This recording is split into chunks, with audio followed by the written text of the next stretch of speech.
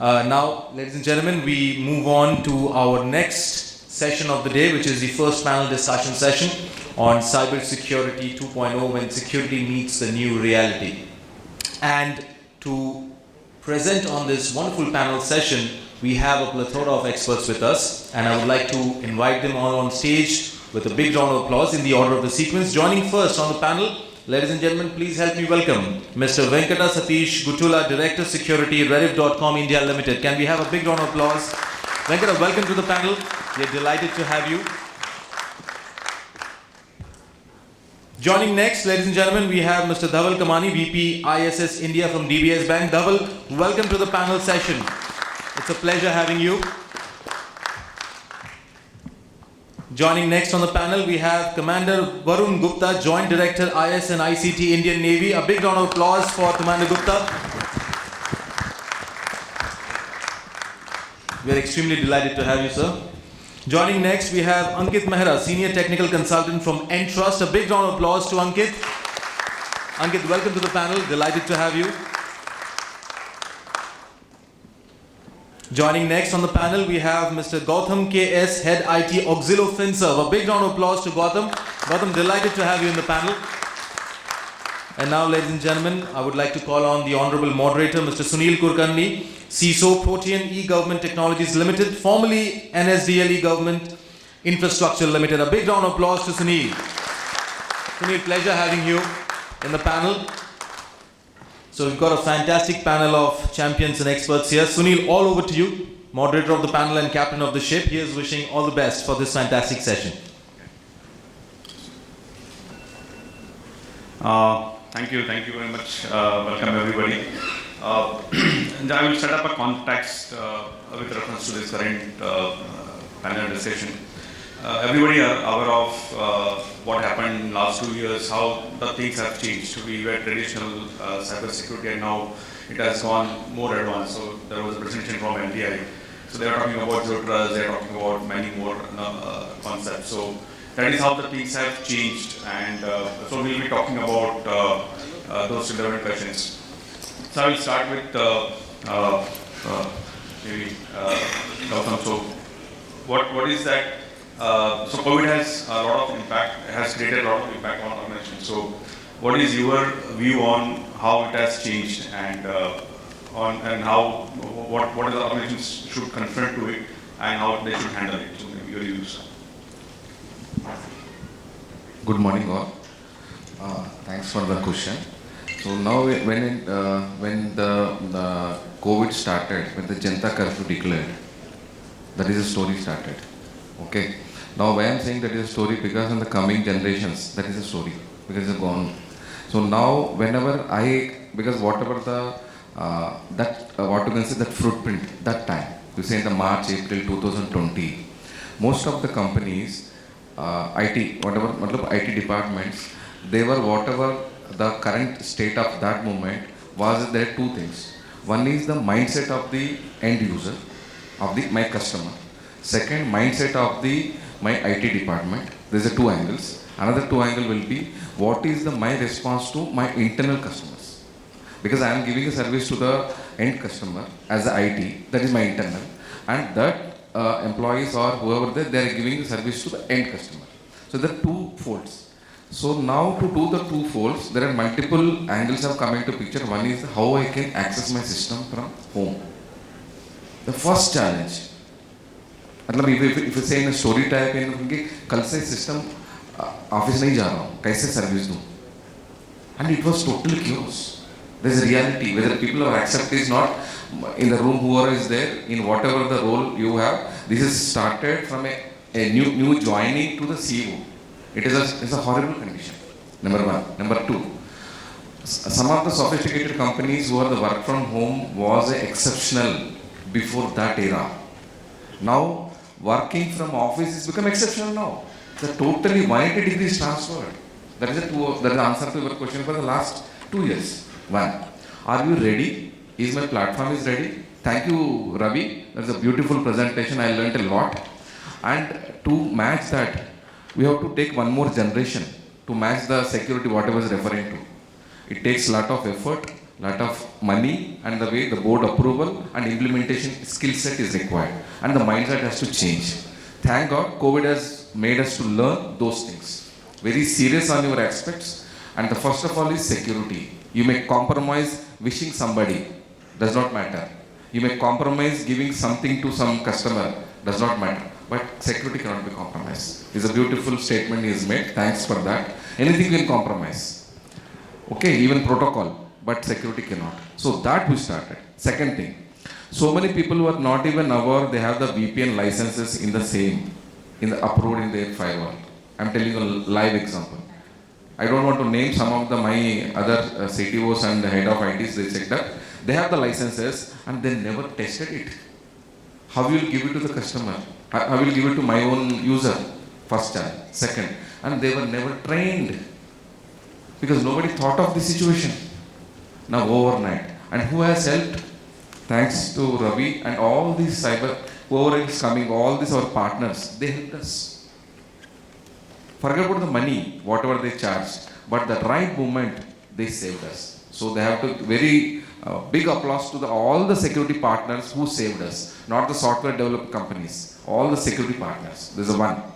Second thing, how to give it training, how to use that. That is the second. Third, how to monitor that. So these three aspects people have done in days, weeks. I have the experience. Fortunately, I have tested all these things as a proper process. We could sail through. So that learning has to come. Second thing, mobile also he has raised one. I think nowadays, last 2 years, the number of laptops, the number of mobiles, if you see the sales, it has gone almost 78% growth in the sales of mobiles and laptops. Because of the chip non-availability, the manufacturer, the demand is not supplied completely. Otherwise, would have gone to 80-90%, almost 100% the sale of mobiles and laptops, apart from the regular desktops and servers. So why that? Because there is a communication. So now the team who is supposed to do this support, are they equipped to handle this type of load? Actually, answer is no. So the skill set, the mindset, and the maintenance. These three has to be trained on a continuous basis. People think, I have given training, it's over. No. People will, over a period of time, you lose that focus. It has to be, again, same points. Password should be complex. Again, you have to train them, including myself. That activity has to be continuously, then only this awareness comes. Thank you very much. I think I could answer. Yeah, makes sense. Thank you. So I will now next move to Mr. Ankit. I want to add. Good morning, everyone. So I want to add a couple of things to this work from home this thing.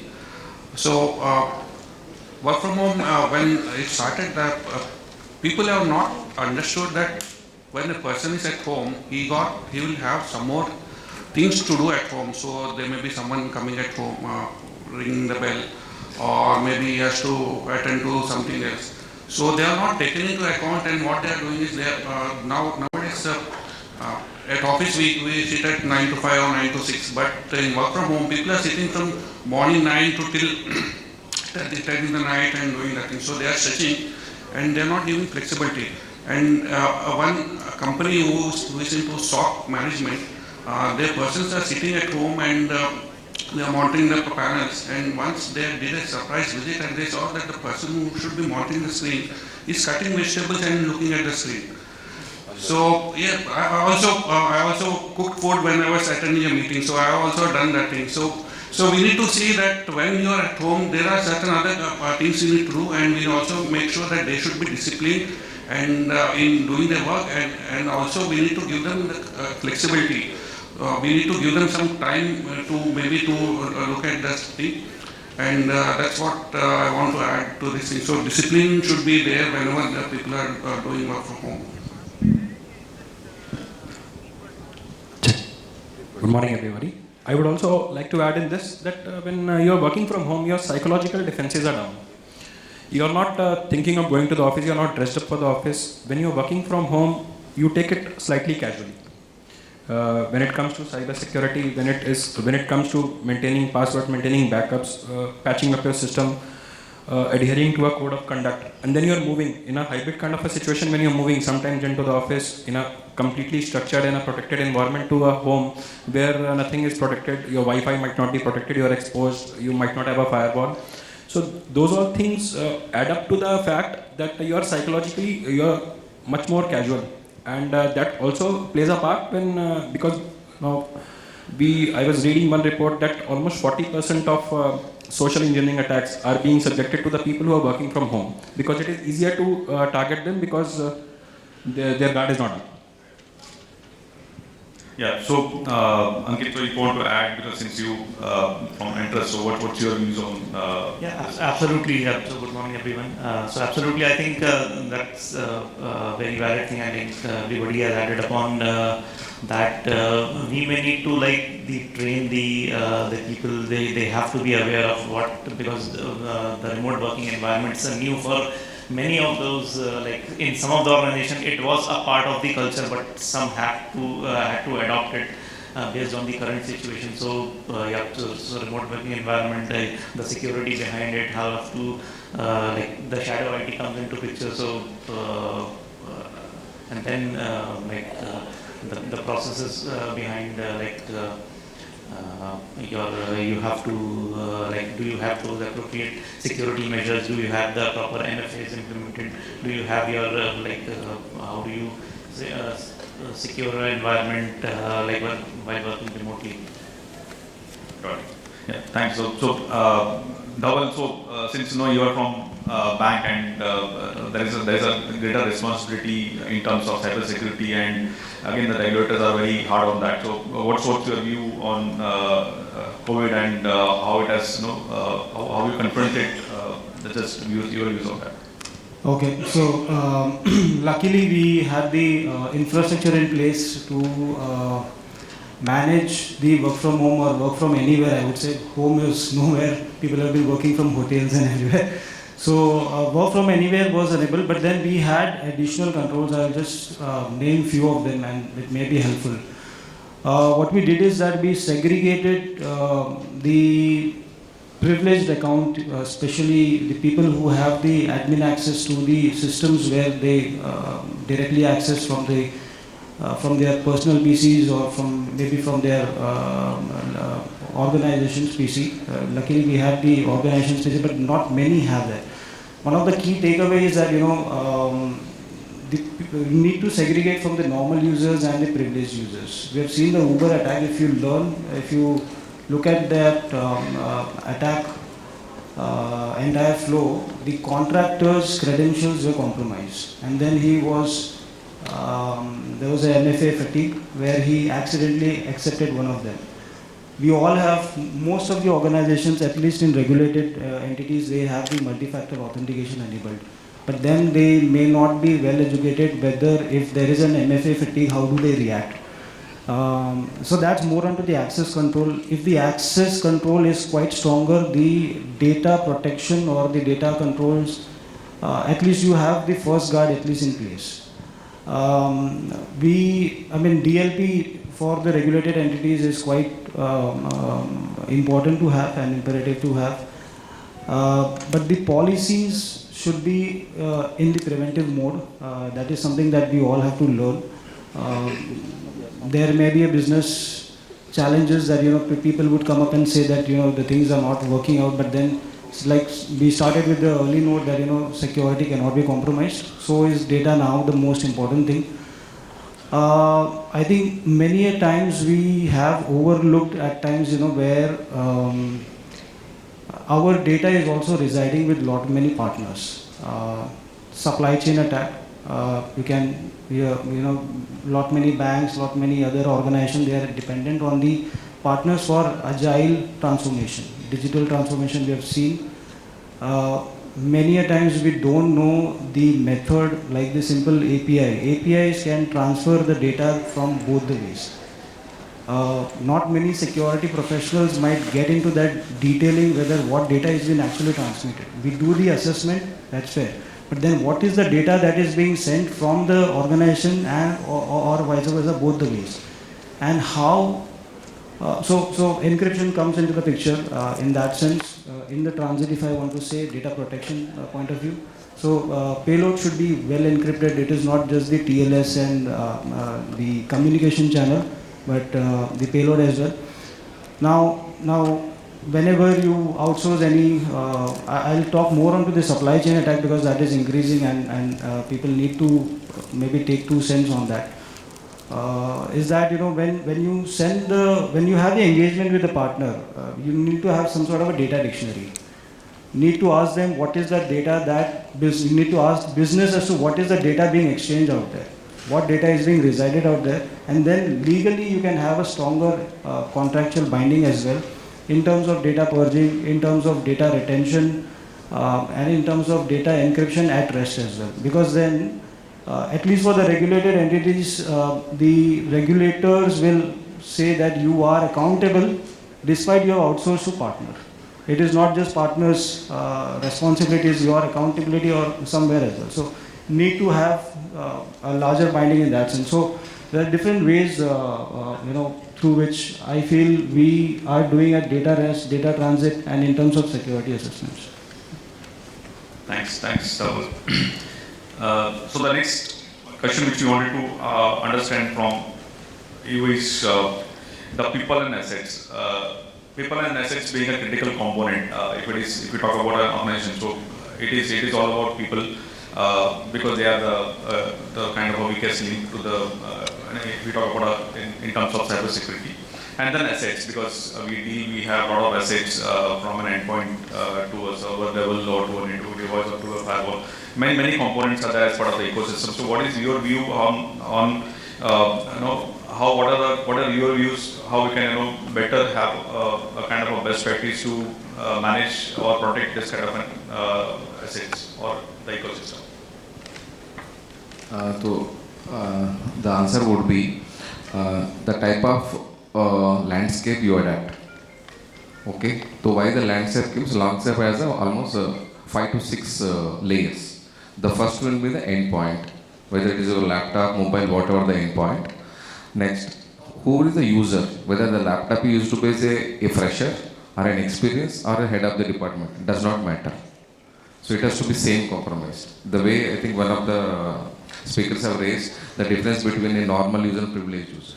Okay, the privilege users has to be monitored 24/7 very closely.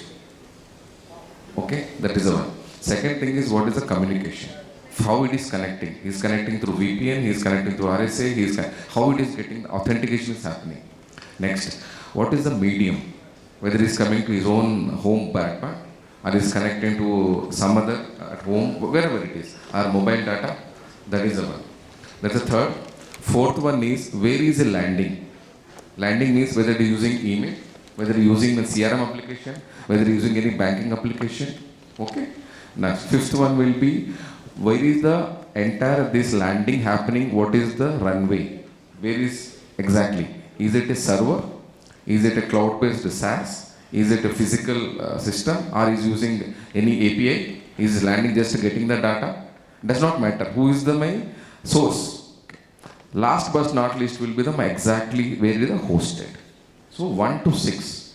So entire 6, all the 360 degrees has to be monitored. I am saying in simple words, but it has become a nightmare to monitor. Okay, so to all these things, plus user training, plus partner engagement, plus partner monitoring. RBI has already released on June 22 this year, on 22nd of June, the first cut of IT outsourcing. They asked the request for comments on July 22, 1 month time they have given. I hope that have been done and it may get released anytime. And they're outsourcing, they're even entering into the cloud monitoring also, including the SOC, NOC, you have to visit. The norms are already there. Now it will become a complete mandate. So to do that, to some extent, this will be covered. Now what will the challenge of all the 6? First of all, the people in IT and security, whoever the partner, the 6 has to be written down, it has to be break into those buckets. Who don't do that? We may talk only the client server, we may do user and system. No. All the 6 has to be broken and do it. That is the one side. That is a footprint or landscape, whatever you call. Second will come to what type of connectivity, what type of futuristic thinking platform you are building. One is purely on cloud, include your login. Nothing is at my premises. You may say, I am not a brick and mortar, complete out. It is very fashionable to say that. But something the way Ravi explained, if the compromise something is compromised, it will become nightmare. So for me, in my company, I adopted hybrid. Everything come to one place, everything. From there it will connect to wherever. So my SOC monitor 24/7, all my traffic, including internal, external or partner. Though it is a very not what you can say easy method, but we can compromise the comfort, but we cannot compromise the security. I think I could answer. Yes, very much. Thank you. So over to Ankit, your views and how Entrust can help us in achieving those kind of expertises. Yeah, so as we discussed about people and assets, so people and assets, they go hand in hand obviously, and like you need to train the people accordingly. They have to be aware of the processes, the people in the organization. So for example, if there is a security person or like who is guiding the infosec things, they have to be an approachable personalities in terms of that, and everybody has to adapt to those processes. They have to learn it. It's not something like that we discussed about like technologies like DLP encryption. So everything cannot be encrypted, everything cannot be scanned actually. So you have to, even the infosec officer, he has to get to know what I need to protect and at what level. So for example, like if I encrypt everything, my DLP goes for a toss. It cannot scan anything.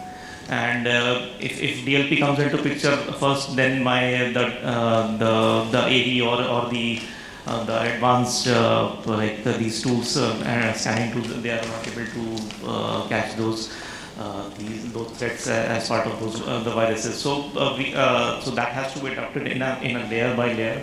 Encryption obviously has to be judicial at every stage. So like I think Dhaval mentioned about the data at rest, data in motion. So for example, you have to look upon, like for example, there could be some data which even I do not want that to be seen while it goes into a transit. So I have to encrypt it at the moment when I am actually writing it.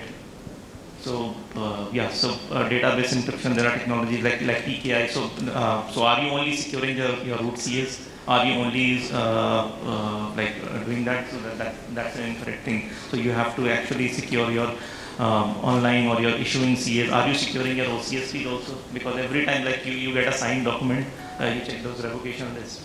So it could be like a malformed responses. So you get a bad response and then you're saying okay, it's a genuine thing.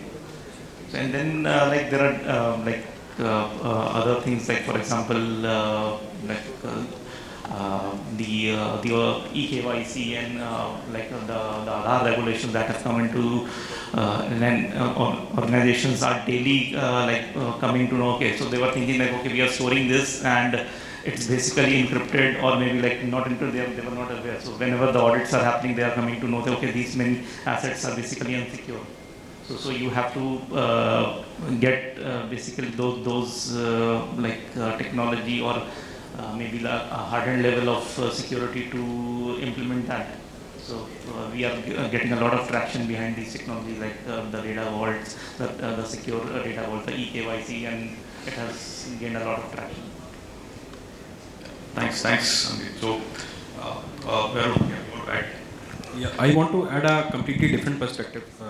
While you are giving a technological viewpoint to it, being in the Navy and being a people's person. So I don't agree to the fact that people are the weakest link, first of all. And they are something which can be nurtured and brought up to the mark. And situations like COVID in the last 2-3 years with ransomware, AI-based social engineering attacks coming up in limelight, almost everybody, even my grandfather was asking me कि ये cybersecurity में क्या हो रहा है. So everybody is on board. My child who's going in 6th class, his cybersecurity has got introduced in the curriculum in schools, in CDPSE. So people need to be brought on board. Employees need to be brought on board. They need to be oriented as to what is the outlook of the organization, what is the business focus. You can provide solutions. That is not his job. His job is to do the work, whatever work he might be doing. He might not be working in IT, he might not be working in cybersecurity, but he's there in the organization to enhance productivity. And so you have to empower him by giving him a simpler solution. Don't bog him down with VPNs, don't bog him down with PKIs. Give end solution, which is simplest. Give him field level encryption, which is at the edge to him, so that he doesn't get bogged down. Even we see in our ships, we see in our bases that people come from all over India, and people are working on high-end systems on naval platforms. You cannot expect him to know everything. You can only train him to use it in a certain way, make him disciplined, tell him about the punitive actions which can take place, apprise him about circulars, show him the banners, so that it keeps on running in his mind that he cannot press that button, he cannot access that thing, he cannot do this, and he can only do this, and keep do's and don'ts in front of him. And he keeps on reading it whenever he opens the computer. So it has to start at the lowest level, and it has to go where technological things keep on coming. Right now there is some equipment, some other equipment will also come, and there is always a cat and mouse chase. But eventually the people have to be brought on board, and they have to be oriented ki, yes, I have to do it for the whole good and for my own good. Yeah.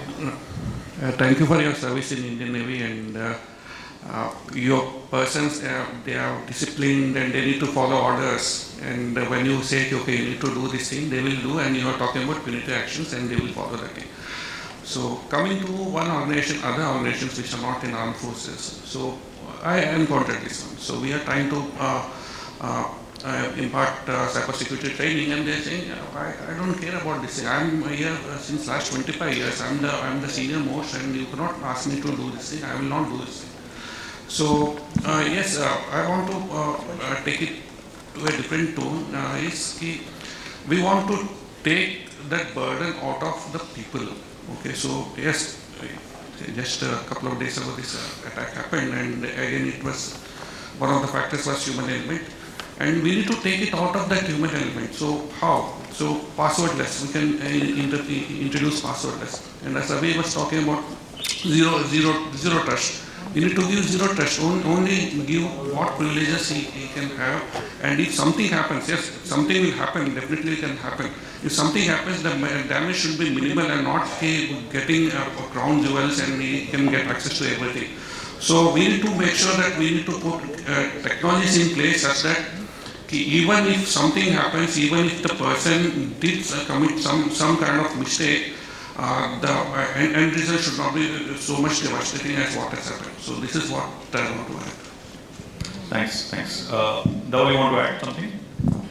I think everyone has summarized. So what I just want to add, there are layers at which these systems operate, right? That's why we have different defense in-depth strategies. But each layer also has to have a depth in the defense as well.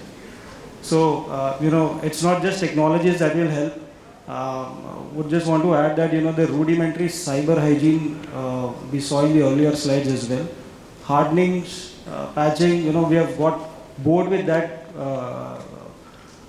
names and everything. But, those are the ones that would actually help us to protect from the known threats at least. 0 day, of course, we all have to do the firefighting, but then hardening, patching, and the least privileged access, like we mentioned, they don't have access to everything. I think the same mentality, same discipline should be applicable overall.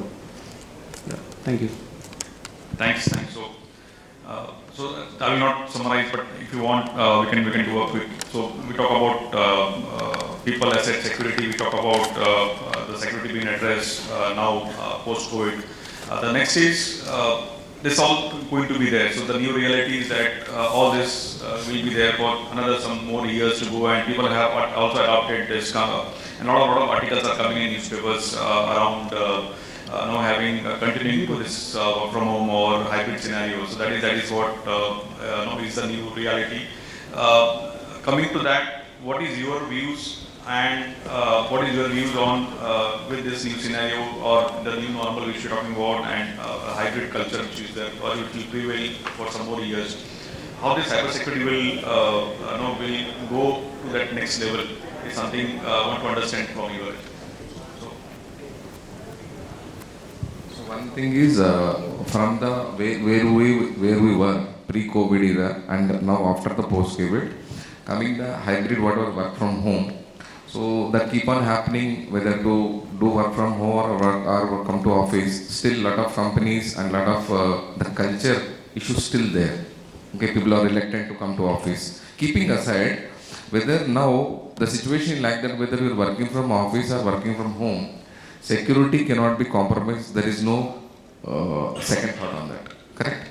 To that extent, if you do, the entire security, the entire footprint and that landscape has been totally tightened. Okay? The way Ankit said, the different levels of layers. If they do that, then working from home or office does not matter. Apart from the mindset and culture issues. Okay? And both the gentlemen, both from Dhaval and whatever he said, Navi, both are correct in their own way.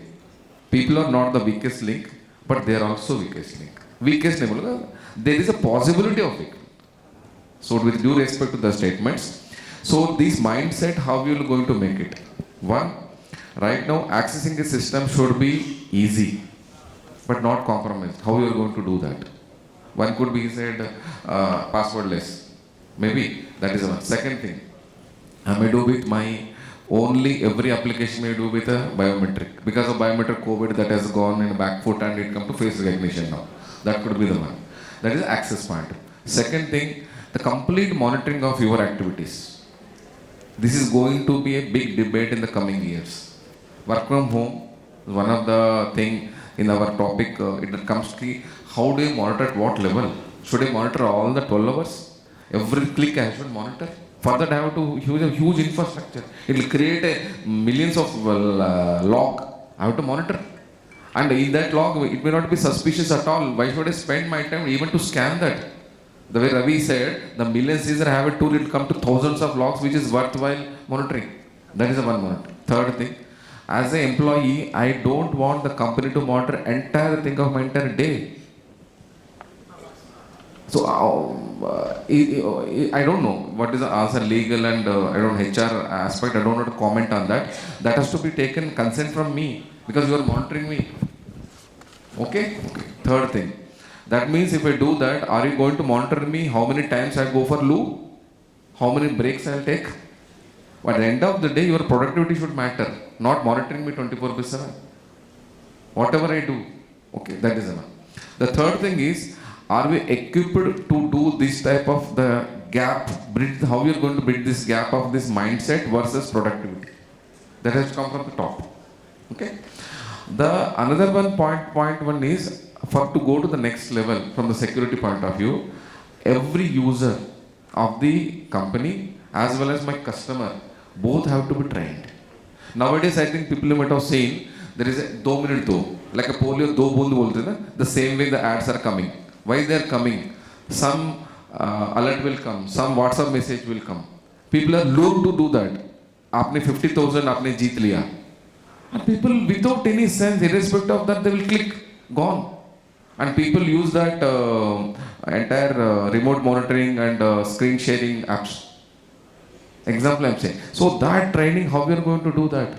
So that means, one of the speaker, he clearly explained, I should have the awareness if something is compromised to that boundary, that has to be assessed and what you can say, ascertained and has to quantified. If I do that and do this mindset and do this cultural, then we should be ready. But it may take time. Thank you. Thanks. What I want to add as part of relief is concerned. So how this entire structure is being managed and what your best practices, what you suggest the best practices? So I think you mentioned it, summed it perfectly well, and I don't think I can add anything more. Dhaval, being into bank, what's your views on that? So I think the work from anywhere is going to be there, and we need to different industries have different security posture. They need to focus as to what is their crown jewels. I think we saw in the earlier slide as well. What are their crown jewels? We need to focus the security on those areas predominantly. Like I said earlier as well, from where I've been coming, access control is the most paramount importance. And in the terms of not just access control, but the role based as well, to have the granular access to ensure that they don't have the surplus access. Other than that, I think one thing we missed out is cyber attack simulation and breach readiness exercise. That is something that periodically we should do it on the systems and onto the employees and the contractors as well. We should not leave the contractors, because many a times the privileged access is given to the contractors, and they may even have the WebEx and the Teams sharing done with the third party. So I think breach simulation will give us the real picture in terms of what the blue team is capable of detecting, the real threats that we may simulate within the organization. That's something that I just wanted to add. But having said that, we have covered most of the things. But Thanks, Dhaval. Yeah, so adding to it, I think most of the people have covered point, but working from anywhere is the new normal, new culture. So the traditional methods of adapting the security and adapting a new technology has to be enhanced. We have to be judicious and futuristic in terms of what is the thing that I need to implement, thinking at least 3 or 5 years down the line, whether I'm going to meet the performance of that. For example, if I'm thinking my password-based authentication is still the acceptable thing, no, it's not you have to be future-proof. Am I thinking that, okay, my files are password encrypted, is that the only thing? No, okay, you have to implement the disk encryption and those technologies. Okay, is the disk encryption only sufficing the entire thing? Or when your system comes up, everything is encrypted? No, it is not. If you are sending an email, is that email going encrypted? No, that's not the case. It is going in place. So do you have the email encryption in place? Then do you have the classification tools? So all of these things, they have to be churned out and processes defined. People are trained accordingly, train the trainer, and all those concepts. So they have to be put in place. Yeah, absolutely. Varun, you want to add something on that? While all the panelists have said a lot about most of it, work from home is going to stay. It's not going to change now. Work from home and hybrid work culture is here to stay permanently, irrespective of COVID has come, gone, or it's not going to come again. So the good part about work from home and COVID, as far as cybersecurity industry, of what I understand is, people have understood the importance at the board level, at the senior management level. They have understood, yes, CISO is not just another IT guy, IT security guy, but he has got that place on the board table. And his views are now sought for. And he has a responsibility in the organization. He's brought in for every business decision wherein you are required to do a change management, procure a better technology, move on to cloud. We didn't speak about cloud at all, but I think with work from home, cloud has a big role to play, because most of the things are happening at SaaS solutions. And so how the organizations have migrated to the cloud, how they have accepted it is also a great thing which work from home has brought in. That's it. Thank you, Varun. So Varun has touched that point on cloud. Okay, so for enabling work from home and enabling hybrid, people have moved to cloud because their internal bandwidth may not take the load. So that's why people have to move to the cloud. But the thing is, when organizations are moving to the cloud, they are not taking into account what is a shared responsibility in the security. So shared responsibility clearly states who is responsible for what, and what is a cloud service provider is responsible for. and most of the time cloud service provider puts all the blame on the customer. So if you are putting anything on cloud, then it is organization's responsibility to see okay, everything is secure, and cloud service providers have given because their business is to make money, and they have made small products of cloud, and we need to see what all we can do. So when you want to make ironclad security, you need to select all these things, and you also need to not compromise on not missing some components which you are using to secure your infrastructure. And one thing is cloud, as I told, that they are indemnifying themselves for any breach. And I think in last meeting debate, we heard that some gentleman said about Amazon employee himself got the keys and he went to the system and he breached the thing.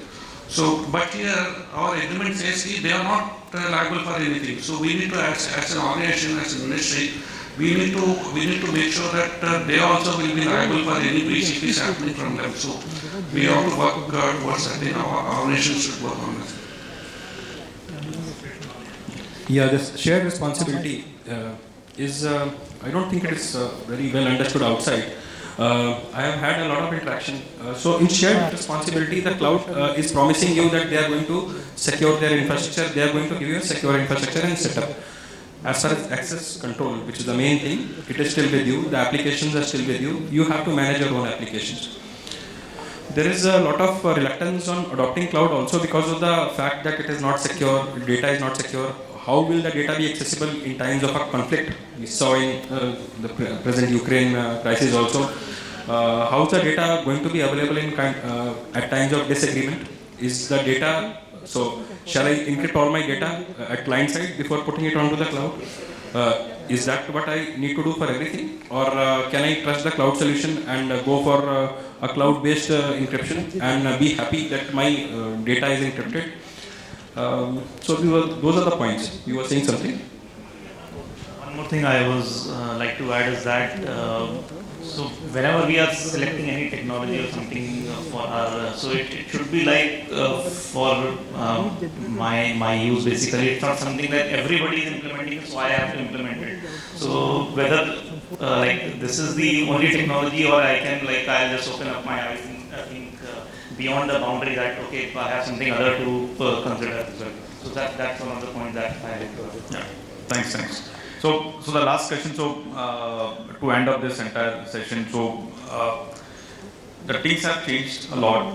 We have now the AI/ML tools. We have now all sort of advanced SIEM, SOC, next generation SOCs. We have a lot of such technologies coming in.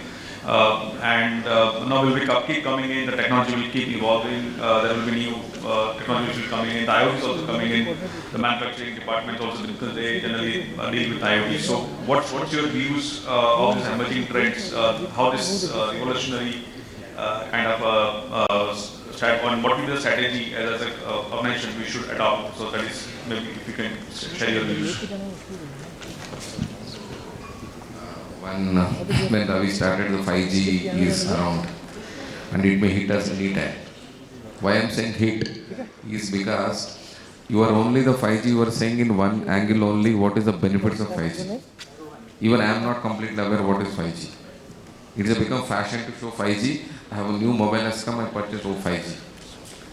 To understand 5G, it will take one more generation. Because are we ready with the handle those speed? Are you ready with what are the threats who are going to come? Nobody knows. Even security people will not be done. What is the threats evolve? Somebody has to teach us. This is the threat you are going to do. So that awareness has to start. Then we are capable. We are qualified to comment. Whether you have to learn, irrespective of the level. Then only we can comment what threats are going to come. That's what my idea. With 5G, the networking is going to be more software based. The routing is going to be more software based. Unless you see a hardware device which you know how to address it, how to audit it, and how to plug the vulnerabilities. When it is software, it is abstract. You cannot see. And that's why you are not able to see go through the maze of how the data is traveling and how everything is secure. So, and with the high throughputs and high speed, it is going to be very, very difficult. It's going to be a major security challenge as what we can see IoT and 5G. And years to come, I think only technology can beat it, and AI, ML, and various other blockchain technologies. Those are the technologies which will be used against this 5G and IoT to bring it. But I think the work which has been done is only about getting the 5G and making all the hoopah about 5G coming in. But we are not hearing much, as Mr. Goutham said, about what security is being baked in right now. At this stage, it has to be baked in. Doesn't seem to be, at least it is not available in open literature as to what is available. Yes, view. I think everybody, some people maybe have Alexa at home. Correct? And with the same, the broadband you are connected, your office laptop is also connected. As simple as the threat is there. And we have become very ignorant. If I go to all the employees' home, if I give all the security professionals, they go, day one, immediately they will stop that connectivity. As he rightly said, the threat, we are not aware. We are running. Bhagwan Bachai. Thanks. Venkata, you want to add something?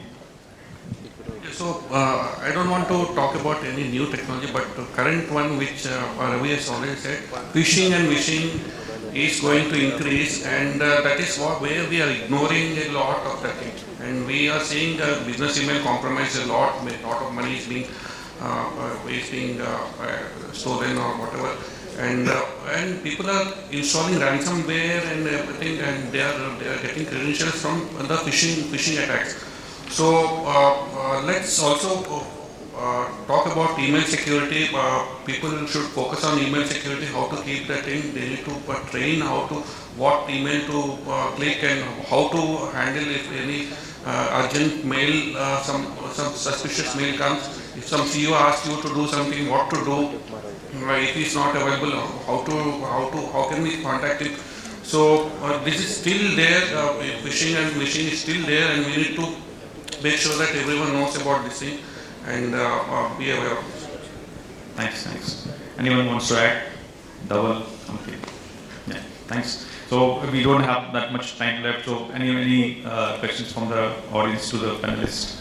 Yeah. So, ladies and gentlemen, we can have the floor open for a couple of questions. If it's okay? Sure. Yeah. So, anybody having a question, please raise your hand and please introduce your name and your organization first, and the question to which panel member. If it is a generic question, then I think the panel can decide who is going to take the question. So, any question, ladies and gentlemen? Can we have the mic, please? Very good morning to everyone. This is a general question to everyone. My name is Rahul. I am from a company called Safe. My question to all the panelists is that when it comes to the investment of cybersecurity, especially after pandemic, there is a lot of investment everyone has done in security into their environment. Mostly when you go to the board members, right, I'm sure that you'll be presenting the security posture of your organization quarterly, monthly, or maybe yearly. So what are the challenges you actually see after investing so much, and what are the questions? Do you able to convey the right security posture of your organization to the board member, and do they understand that? And do you think there is a huge gap in that conveying, or maybe their understanding? Because they can be technical, may not be technical, but they are the people who may be assigning a budget to you. Thanks. Thanks for the good question, very strategic question. See, in the life, there are two things it will come. It is a business, or any service, anything. One, what is the profit gained? What is the loss avoided? There are two things. Sometimes my loss, if I curb the loss, it is notional profit only, or is a visible profit. Same thing, security, there is no business returns. But if you don't do security, what is the loss? What is the goodwill? What is the reputation? What is my entire stake? That we can explain to them in a manner which they understood. And Ravi also said, because of the now CISO, they are saying his board is himself, they want to have that. But it's only for just namesake. But practically, are they aware of the entire ground reality? No. So if you can bridge this gap, to some extent you can do that. Even I also have the challenge at my level. I'm submitted to the board, IT strategy, I have to challenge. Now the only thing which you can do is, if you don't do, you can give the entire examples. You can showcase, you can make them. Even now, if you see the RBI mandate, include BFSS sector, they say the board have the entire responsibility with an independent IT director. It will call, including the banks, whatever is saying. So they're for enforcing us these norms. If you follow that, then the convincing power will increase. That is the one. And coming to the recent incidents, you can keep on publishing them. Not only wait for quarterly or yearly board meeting. Whenever it give a chance, publish them. You send them immediately, sir, this is what happened. They did not do this because of this is the loss happened. So that you can, over a period of time, maybe 6 months, 1 year, they will understand. Day one it won't happen. I said there's a mindset and culture, both. Because there is no business benefit, no? That's all. There are two things. One more example I'll close, few seconds. It is you have to decide, should I keep 2 gates and 2 security 1-1 or a single gate with 2 security people? It is up to you. As simple as that. Thank you. Want to implement a split personality security and a split knowledge principle. Yes. If I go to the board and I have to sell, I would also tell that there is ROI. Because what happens is you have to protect customer data, you have to be compliant with regulations. If you are not compliant with regulations, the customers will not come. If you are not saving their data and if you are prone to a breach, the customers will not come. So value will come, the customers will come only if you are safe, and you have to sell it to the board key. This is required, otherwise we are not going to get business. Go ahead. Thank you so much, panel members. Thank you so much, gentlemen. Can we have a big round of applause for this wonderful panel on Cybersecurity 2.0. Now, ladies and gentlemen, I would like to call on stage Mr. Debashish Jyoti Prakash, Vice President Asia from Qualys, to kindly do the honors of felicitating this wonderful panel here. Debashish, welcome to the dais. We'll start with Venkata first. No problem, then we'll think of the next week. No, it's an input meeting with Anshuman also. No, first, no, this was, no, we have work to do. Give me another 1 hour and I'll give you a call. So what do you think? Friday, first half is not. Mr. Dhaval Kamani. I'll do that. Sure, do that. Yeah.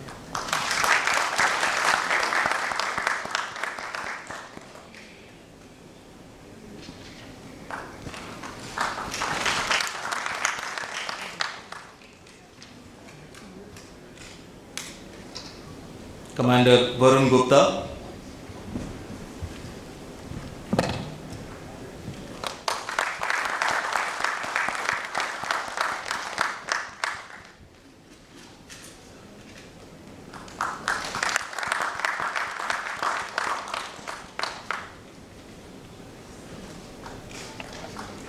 Mr. Ankit Mehra.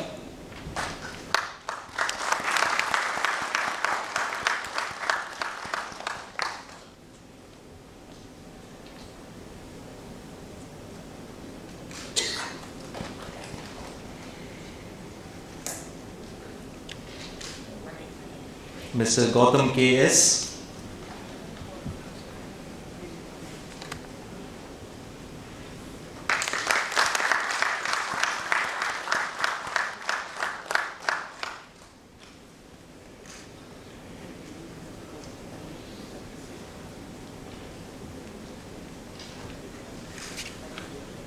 And our Honorable Moderator, Mr. Sunil Kulkarni.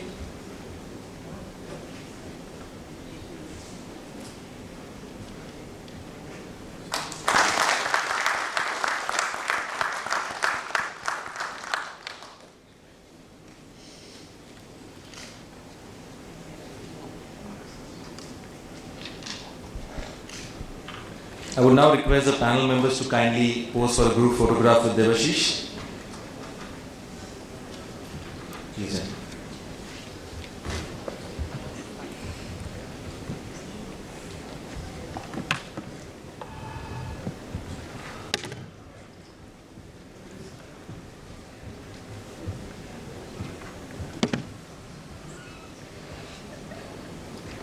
A big round of applause, ladies and gentlemen, for this wonderful panel session, and the honorable panel members for delivering such a beautiful address and starting the day. Thank you so much.